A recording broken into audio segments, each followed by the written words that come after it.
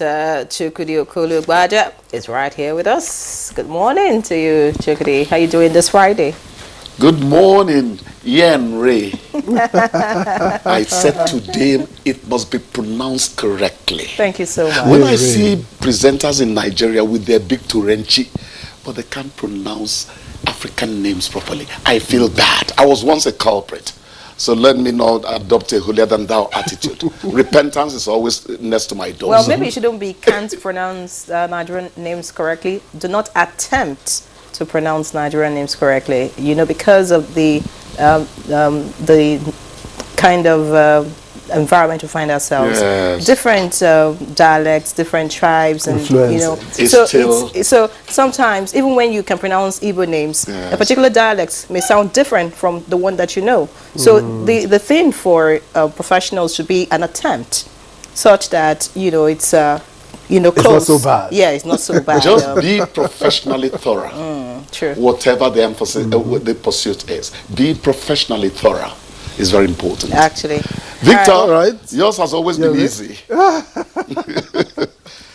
All right, so let's take a look at the front pages of the papers that we have this morning. We'll begin with the Daily Trust and see if there are some stories that can, make us trust the news.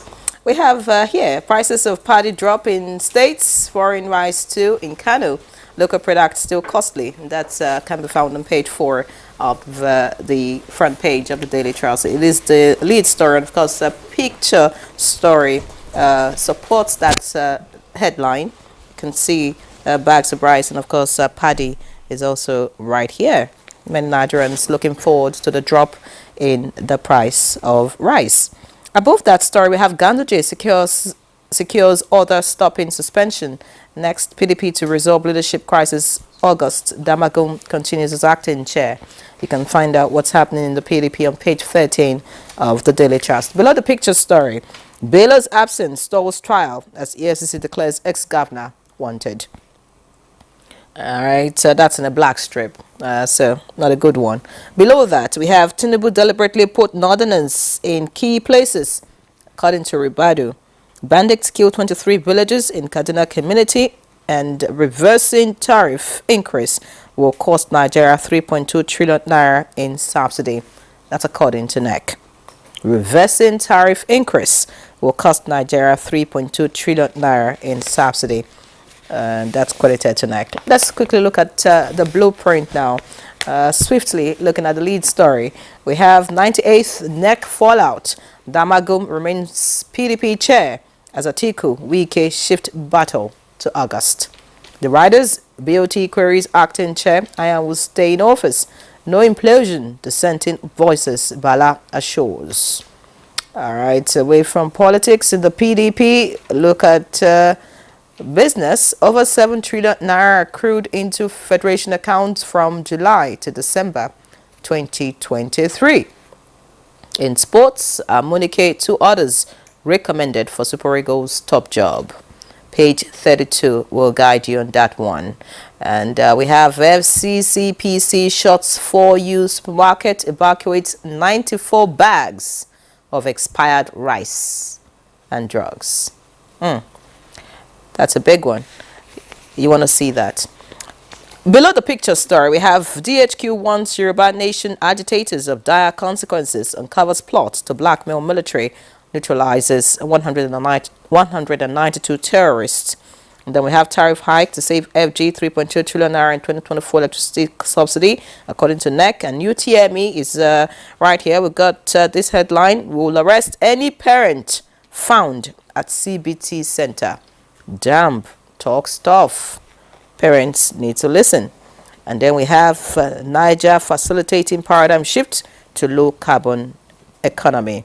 So that's on page 22. And finally, in a green strip on the bottom of the front page of the blueprint, we have court stops Kano ward from suspending Ganduje. All right, Victor.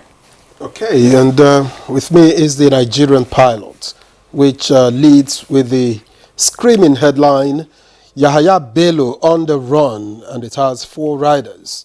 Ex-Kogi governor declared wanted by Economic and Financial Crimes Commission. EFCC says he's wanted for offences relating to financial crimes amounting to 80 billion naira, that anybody who knows his whereabouts should report to the commission. And EFCC officials had besieged Bello's residence in Abuja on Wednesday to arrest him. I don't know why that failed. Okay. If you want details, you find that on page 4.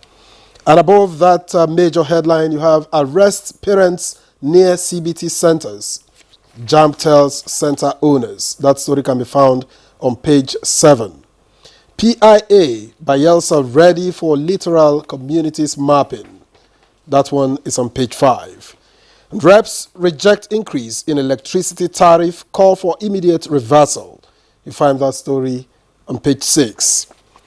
40 billion naira alleged fraud. Obiano, ex-Anambra governor, loses bid to stop trial. That's on page 6. And on page 4, Edo court sentences 3 kidnappers to death, 2 to life imprisonment. You want details? Get it on page 4. Now, AGF Fagbemi warns against further obstruction of EFCC from arrest. Page 5. Another on page 5 is 24.6 million Nigerian children engaged in child labor. And finally, Ohaneze Ndibo honors Chukwuemeka Ezife posthumously. And just that last one, presidential amnesty, bank accepts responsibility for delay of stipends. Chukode. Thank you, Victor. The people would always pop up for me before any other person.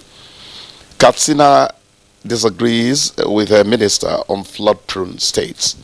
The Commissioner of the Environment in Katsina State is reported to have disagreed with the Minister of the Environment for classifying grouping Katsina among 31 states that are flood-prone. And he says the reason he's doing that is that the state has taken proactive measures to ensure that the flood does not happen. Now, you begin to ask whether it's a problem with syntax or contextual interpretation. Your flood prone means that if care is not taken, flood will take over the place. If you have taken action to make sure it doesn't happen, it doesn't mean you're not flood prone anymore. So they don't have to. It's a disagreement that does not really have to happen. Let them work towards preserving the environment and preserving lives in the process, because hunger is not a good thing. It actually threatens structures. It's not just food crops that are threatened by flood. Structures also, so shelter is threatened in the process. Now, AGF Fagbemi is urging that former Kogi State Governor Yaya Bello surrenders. And you say, why would we get to this kind of trajectory in life where a kitted up security agency wants a citizen and the citizen is not forthcoming? If you don't have anything to hide, please report to the police or whoever wants you and clear your name. At least have your day in court. So that's the worst that can happen. We can't recreate life to take us to the streets of gangsterism. It doesn't work that way. Impunity, I keep on talking about, is a major hindrance to development in this country. So Governor Bello, former Governor Bello, does not have to resist arrest, as it were, because they have actually put out a wanted poster on him. That doesn't quite help his image. So whoever is sheltering, and actually I wanted to add that if you disturb the police from doing their work, complicity is traced to you, and that is liable, litigation. That's important. So let people be careful. Tinubu says here, I think is in the realm of politics. Tinubu deliberately, not Tinubu, the National Security Advisor is saying that Tinubu deliberately put Northerners in key places. And what I tell Africa is, away with is a Northerner, away with is an Igbo man. Give us people who can work for the country. But I also know that in developing societies, the people need to know that their people are part of for you to be able to carry them along. So let's balance it up. But ultimately, Americans don't say, too many people coming from the Kennedy family to determine the political life of America. They don't say that. What they say is, do we have good running water? Do we have good education? Do we have security we can boast of? We don't care whether a family wants to die in the White House. Africa must graduate to that level. Otherwise, we are in trouble. Elsewhere, Ribadu is saying that arms proliferation, illiteracy are behind insecurity in the north. Fine. So now that we know, what are we doing to stem guns from Libya, as they called them in those days? What are we doing to educate our brothers and sisters in the north more than we are doing now, to ensure that a child of 18 can tell a big man, go and bring your son in Glasgow to come and die for you, not me? That is what it's all about. People who can think for themselves. That is what we need to create in the Nigerian child, so that life gets better for us as people who want a country where peace reigns. And then, that's my take on it. Well said, Chukwudi. Arrest parents near CBT centers, Jam tells center owners. You wonder why? Because parents have a way of meddling with processes. Victor, I am tired of saying that part of the reason our children are wayward, the Yahoo boys we're shouting about, more than half of them were created by laxity on the part of parents. When you encourage your son to cheat at an exam, what kind of path are you leading up the child to? We have to change our ways. Unfortunately, parents sponsor reorientation. When I say it, if we don't reorientate the way we think, we are going to stay in trouble for a long time. The problems in Nigeria are not elitist. They start from the grassroots. How you raise a child matters. Spare the rod and spoil the child. You go to some schools, you hear that a parent actually slapped a teacher for disciplining the child. Well, how can we make progress in such a society? It doesn't work that way. But the water is always half full of water for this journalist. So you must tell me that prices of paddy have dropped in states. Foreign rice too in Kano. It is very important. When small mercies happen, let us celebrate them. Indeed. I look at some presenters on Nigerian television who fight their guests and all that, and I say, if you do not anchor a program in such a way that the maximum benefit goes to the viewer or listener, your project as a presenter has failed. Because it's not about the degree of antagonism. It is a people's man. Seriously, they give up to politicians. Content is what I'm interested in. What have you been able to pull from that man who came to listen to your program? That is what the viewer wants to know. What amount of information did you get? Not this showing off and the grandstanding and all that. So let us try to do certain things. There are rules of engagement in every industry. And coming from a veteran. Oh, well, I don't know if I'm a veteran. It's just that I know how to tell before you go, and because I know that you're a farmer, this fake rice thing, how do you spot fake rice? I'm concerned about that. You see, Chukwudi Ubaja will be the first person to be killed by fake rice, because I don't have time to begin to.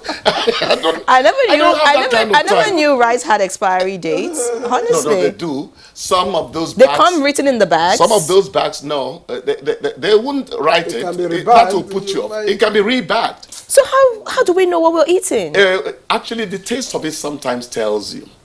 If you eat fresh, that's if you're not hungry. If you're hungry, you won't know the taste. There she goes again. If you taste some rice, you'll know that there's a staleness about their taste. Then if you taste rice that just came from the paddy, whether it's in Karishi, whether it's in on the Benue Trough or whatever, you'll know that there's a freshness about it. But then it would have made entry into your esophagus, I don't blow big Oyibo, into your throat. And it might be too late to arrest an ailment arise. By the way, have you seen the joke about the esophagus? Have you seen that joke on the internet? I'll show it to you after the program. Okay, but while we slept, apparently while the rest of the world tried to de-escalate, Israel an and attack Iran was reported from Israel to Iran. Well, say they tried to. The Iranians. The good news is that the Iranians are saying we brought down 3 drones. It's nothing. I think it's an ego They thing are at the moment. de-escalating. So The Americans who have confirmed that Israel really struck Iran should also stop talking. It's not every news you put out. Oh. If news is going to cause social disorder, and Yen Re comes here to read it, Yen Re is destroying the fabrics of society. You have to bring responsibility into editorial judgment. Otherwise, the newsroom becomes the center for this case, creating havoc. So I would like to find your editorial judgment about the Chibok girl that just got released after 10 years. What do you think about that story? What do you think The about... Chibok girls that got released after 10 years, the first thing you tell them is that while there is life, there is hope.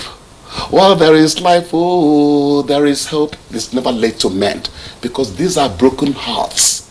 The kind of rehabilitation you give them, the kind of stories you give them, will begin to reverse the feeling in some of them that they can never make it in life again, because somebody has truncated their dream of moving smoothly in society like you and me. That's the first thing you do for them. There is hope for them. Then after that, may it not happen again. The Igbo man calls it Ozuemena. May it not happen again. And it will not happen again when Yenre and Chukudi and Victor report what they see to the authorities. When everybody becomes a kind of policeman, and when every security man becomes true to their fatherland and they don't have some black legs among them. all right, All right, it's a good thank you. place to leave it. Chukudi Okoli Obaja. And just to mention that you mentioned my name 5 times and you got it right twice. That's it. We'll take a break. Average back. We'll take a break. Stay See with you us. after the